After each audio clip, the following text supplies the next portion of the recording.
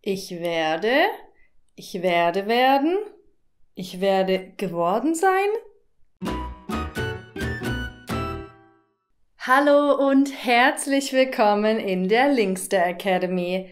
Ich bin deine Deutschlehrerin Julia und du hast vielleicht schon am Intro erkannt, um welches Thema es heute geht.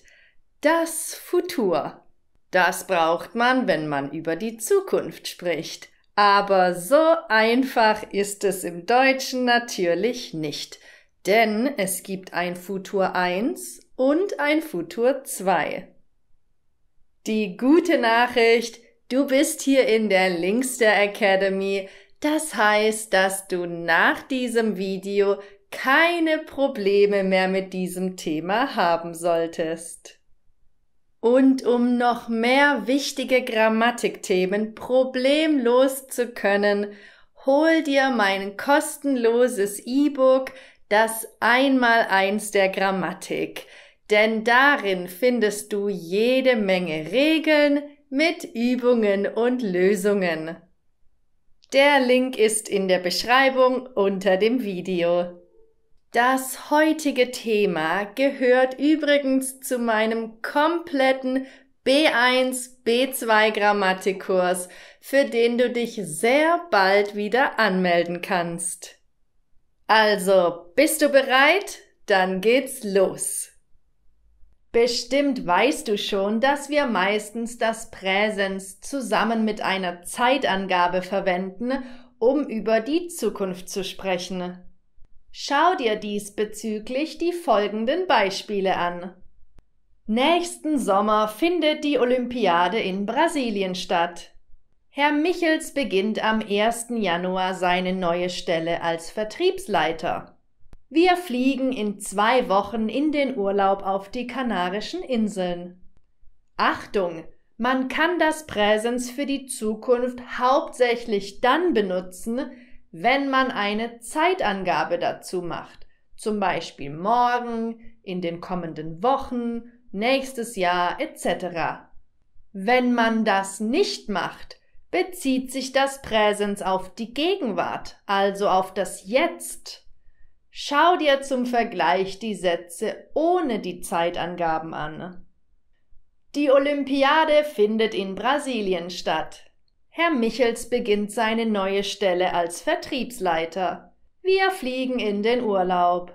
Hier ist die Bedeutung, dass die Aktionen jetzt oder momentan stattfinden. Wenn man nicht weiß, wann eine Sache in der Zukunft stattfindet oder wenn diese Information im Satz nicht gegeben wird, dann benutzt man das Futur 1. Die Olympiade wird in Brasilien stattfinden. Herr Michels wird seine neue Stelle als Vertriebsleiter beginnen. Wir werden in den Urlaub fliegen. So ist es eindeutig, dass die Handlungen in der Zukunft und nicht in der Gegenwart stattfinden. Das Futur 1 zu bilden ist ziemlich einfach. Es besteht aus dem Hilfsverb werden und dem Infinitiv. Achtung, das Futur 1 wird sehr oft mit dem Passiv verwechselt. Ich werde mit meiner Frau in den Urlaub fliegen ist Futur 1 mit dem Infinitiv.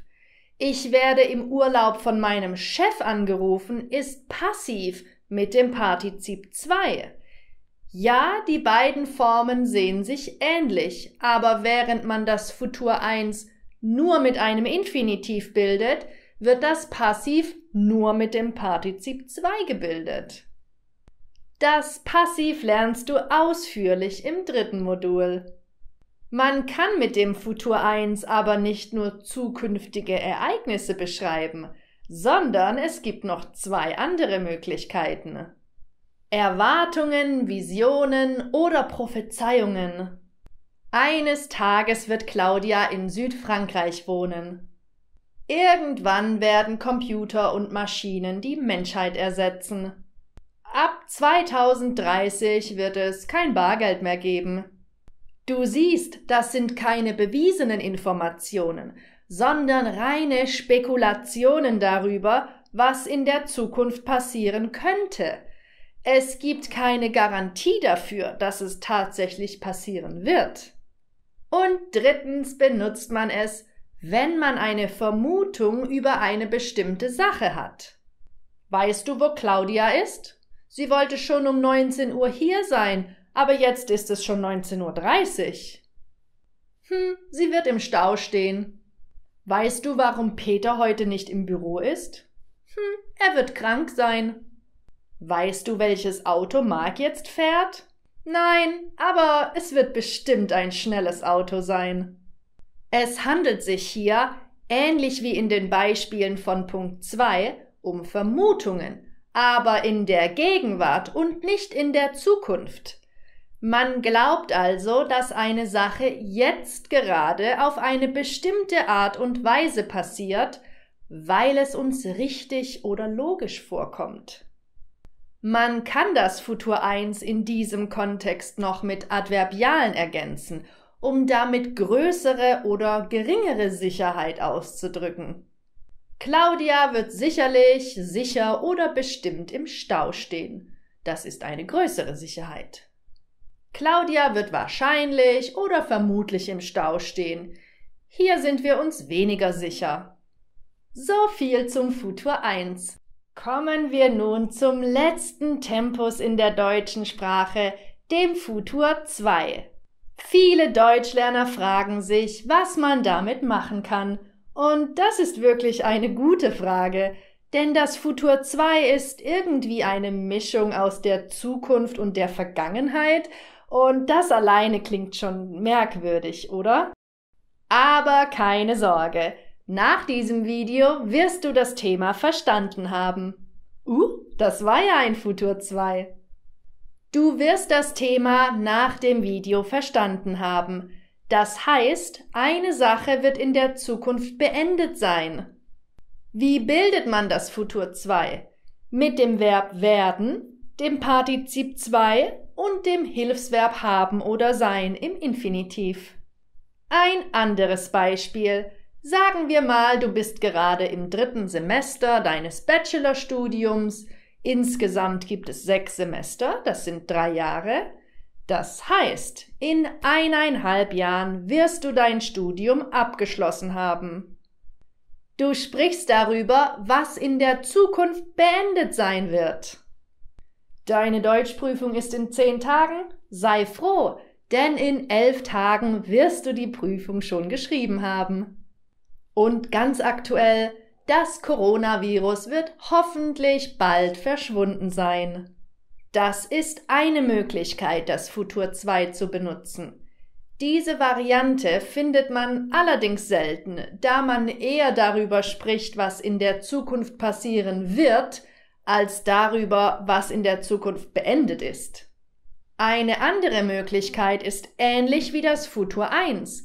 Man kann es auch für Vermutungen benutzen. Schau dir diese beiden Beispiele an.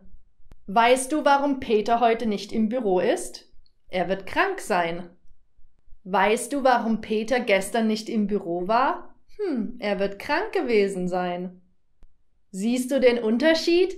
Während man das Futur 1 für Vermutungen in der Gegenwart benutzt, kann man das Futur 2 für Vermutungen über die Vergangenheit verwenden. Hier noch ein Beispiel. Weißt du, warum man Tim und Monika nicht mehr zusammen sieht? Sie werden sich getrennt haben. Das heißt, hier wird vermutet, dass die beiden kein Paar mehr sind. Weißt du, warum die Straße gesperrt ist? Es wird ein Unfall passiert sein. Woher weiß dein Chef von dem Streit zwischen den Mitarbeitern? Jemand wird es ihm erzählt haben. Ja, so funktionieren das Futur 1 und Futur 2. Eigentlich ist es gar nicht so schwierig, oder? Wenn du noch weitere Fragen zu diesem Thema hast, dann schreib mir einfach einen Kommentar und ich versuche dir zu helfen. Und das war's auch schon wieder für heute. Wenn dir das Video gefallen hat und du etwas gelernt hast, dann abonniere jetzt meinen Kanal und folg mir auch auf TikTok und auf Instagram. Ich sag Tschüss! Bis zum nächsten Video, deine Julia.